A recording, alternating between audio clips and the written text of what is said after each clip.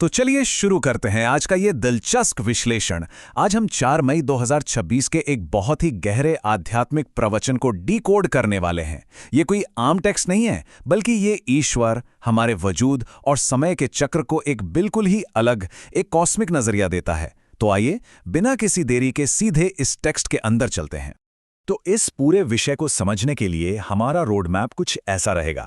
सबसे पहले हम बात करेंगे शिव बाबा की अवधारणा की, फिर देखेंगे समय का चक्र, उसके बाद जो दुनिया में बदलाव आने वाले हैं उन पर चर्चा करेंगे, फिर श्रीमत का मार्ग और अंत में समझेंगे कि खुदाई खिदमतगार यानी ईश्वरीय मददगार कैसे बना जाता है।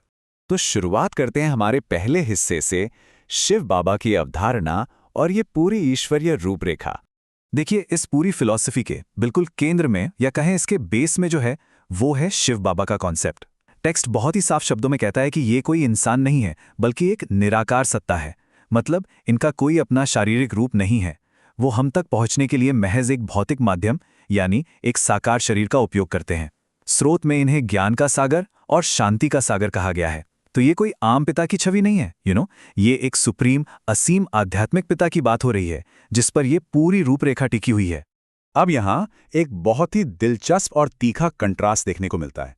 टेक्स्ट भौतिक पिता और आध्यात्मिक पिता के बीच एक बहुत ही स्पष्ट लकीर खींचता है। ये इस बात पर जोर देता है कि आपका जो सच्चा और हमेशा रहने वाला कनेक्शन है ना, वो सिर्फ उस निराकार सत्ता से ही हो सकता है। क्यों? क्योंकि वही आत्माओं को उनका असली आध्यात्मिक विरासत यानी जो इटर्नल इनहेरिटेंस है वो देते हैं। दूसरी तरफ प्रजापिता ब्रह्मा हैं, जिन्हें एक साकार पिता बताया गया है, जो सच कहें तो सिर्फ एक माध्यम है।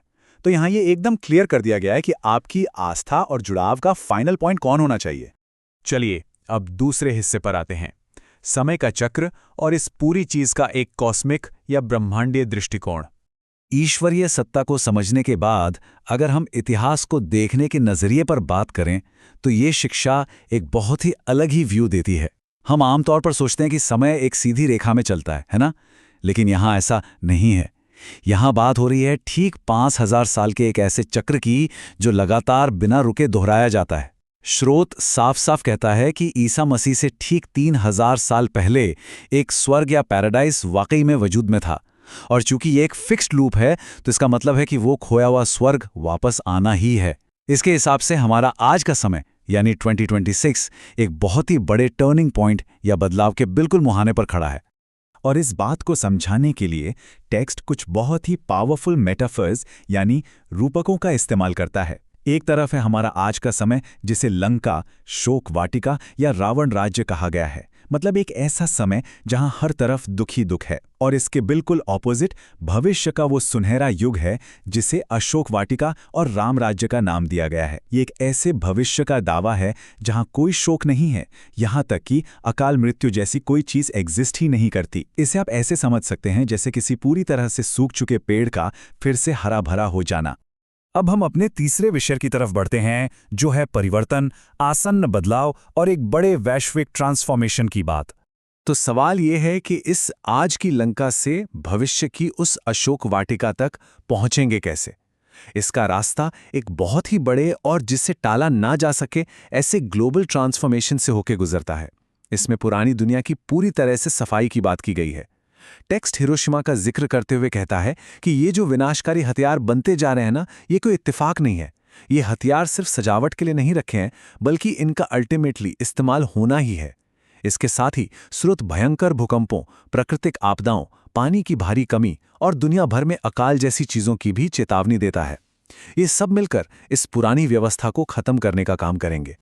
अब अगर हम ऊपरी तौर पर देखें तो ये सारी बातें किसी को भी डरा सकती हैं, राइट? लेकिन ये टेक्स्ट इसे एक बहुत ही शांत और अलग नजरिया देता है। स्रोत इन सारे डरावने लगने वाले इवेंट्स को ये कहकर नॉर्मलाइज कर देता है कि भाई ये सब तो एक 5000 साल के विशाल पहले से फिक्स किए गए कॉस्मिक नाटक के बस कुछ सीन हैं। अब जब विनाश टल ही नहीं सकता और पहले से तय है तो फिर डरने का क्या मतलब? इस फिलॉसफी के हिसाब से हर आत्मा इस बड़े से नाटक का बस एक हिस्सा है, जिसे अपना रोल प्ले करके आखिर में निर्वाण धाम यानी शांति के उस परम धाम में वापस लौटना ही है। चलिए अब चौथे हिस्से की बात करते हैं, श्रीमत का मार्ग और इस उथल पुथल से मुक्ति पाने के निर्देश। जाहिर है, जब इतना बड़ा ग्लोबल ट्रांसफॉर्मेशन होने वाला हो तो आप सोचेंगे कि भाई ऐसे में एक इंसान को आखिर करना क्या चाहिए। यहीं पर श्रीमत का कॉन्सेप्ट एंट्री लेता है। श्रीमत का सीधा सा मतलब है आध्यात्मिक पिता द्वारा दिए गए सर्वोच्च और ईश्वरीय निर्देश। देखिए, ये कोई आम नियम कानून नहीं है, बल्कि ये एक स्पिरिचुअल प्रैक्टिशनर को उसके सबसे ऊंचे और रॉयल लेवल तक ले जाने के लिए एक बहुत ही सख्त कोड ऑफ कंडक्ट है। स्रोत का मानना है कि सिर्फ इस श्रीमत को कड़ाई से फॉलो करके ही कोई भी इस भारी उथल पुथल से सेफ रह सकता है और आने वाले सुनहरे युग में एक श्रेष्ठ पद पा सकता है। इस रास्ते पर चलने के लिए एक बहुत ही क्लियर प्रोटोकॉल सेट किया गया है। पहला स्टेप है इस फिजिकल दुनिया और शारीरिक रिश्तों से पूरी तरह अपना मोह तोड़ना, यानी एक तरह का कंप्लीट डिटैचमेंट। दूसरा स्टेप है मां मेकम। इसका मतलब है अपना सारा दिमागी फोकस हर जगह से हटाकर सिर्फ और सिर्फ एक ही सोर्स पर लगाना, उसी निराकार आध्यात्मिक पिता पर। और तीसरा सबसे अहम निर्देश है लगातार स्वदर्शन चक्र घुमाना। अब यहाँ स्वदर्शन चक्र का मतलब कोई हथियार नहीं है, बल्कि अपनी आत्मा की इस पूरी चक्रीय यात्रा को और अपने असली स्वरूप को लगातार अपने माइंड में एक्टिव रखना है। इस पूरी प्रोसेस में मेंटल क्लैरिटी बहुत जरूरी है, और इसके लिए टेक्स्ट एक जौहरी यानी ज्वेलर का बड़ा ही शानदार मेटाफर इस्तेमाल करता है। जैसे एक जौहरी असली हीरे और चमकते हुए कांच के टुकड़े के बीच का फर्क एक नज़र में पकड़ लेता है ना, ठीक उसी तरह एक प्रैक्टिशनर से ये उम्मीद की जाती है कि वो अपनी परखने की शक्ति को एकदम शार्प रखे। दुनिया के झूठ और दिखावे के पीछे छिपे असली आध्यात्मिक सच को पहचानना कोई बच्चों का खेल नहीं है। इसीलिए इस रास्ते पर चलने के लिए एक जौहरी जैसी पारखी नज़र होना सबसे ज़रूरी बताया गया है। और अब हम आते हैं अपने आखिरी हिस्से पर, ईश्वरीय मददगार बनना और इसके लिए किए जाने वाले व्यावहारिक अभ्यास। तो इन सारे कड़े रूल्स को फॉलो करने का अल्टीमेट गोल सिर्फ खुद को बचाना या अपना मोक्ष पाना नहीं है।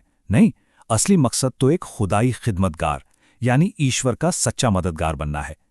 टेक्स्ट एकदम साफ करता है कि सच्चा मददगार वो है जो सिर्फ अपनी प्रोग्रेस तक सीमित नहीं रहता, बल्कि एक एक्टिव एजेंट बनकर दूसरों को भी खींचकर अपने लेवल तक लाता है। ऐसे लोग ईश्वरीय सेवा में मानो ईश्वर का दाहिना हाथ बन जाते हैं। उनका काम है उन भटकी हुई और परेशान आत्माओं को वो रास्ता दिखाना जो सच्ची आंतरिक खुशी तक जाता है। अब इस आध्यात्मिक सफर में सफलता कैसे मापी जाए, इसका पैमाना भी बहुत हाई सेट किया गया है। इसे नाम दिया गया है पास विद ऑनर, यानी पूरे सम्मान के साथ पास होना। और ये सिर्फ बाहर से मीठा बोलने या अच्छा बर्ताव करने की बात नहीं है। स्रोत इसे एक ऐसी गहरी मेंटल स्टेट बताता है जहां आपके अंदर के विचार भी पूरी तरह शांत हों। मतलब नेगेटिव थॉट्स का कोई झमेला, कोई भटकाव या अंदर की कोई मानसिक सजा वहां एंट्री ही ना कर सके। ये सच में एक कंप्लीट इनर कंट्रोल की बात हो रही है। और इस ऊंची और शांत अवस्था को लगातार बनाए कैसे रखें, इसके लिए एक बहुत ही सुंदर रूपक दिया गया है, खुशी के दीपक का। अंदर की खुशी का ये दीपक हमेशा जलता रहे, इसके लिए आपको ज्ञान को घी की तरह और योग यानी ईश्वरीय कनेक्शन को बत्ती की तरह इस्तेमाल करना है।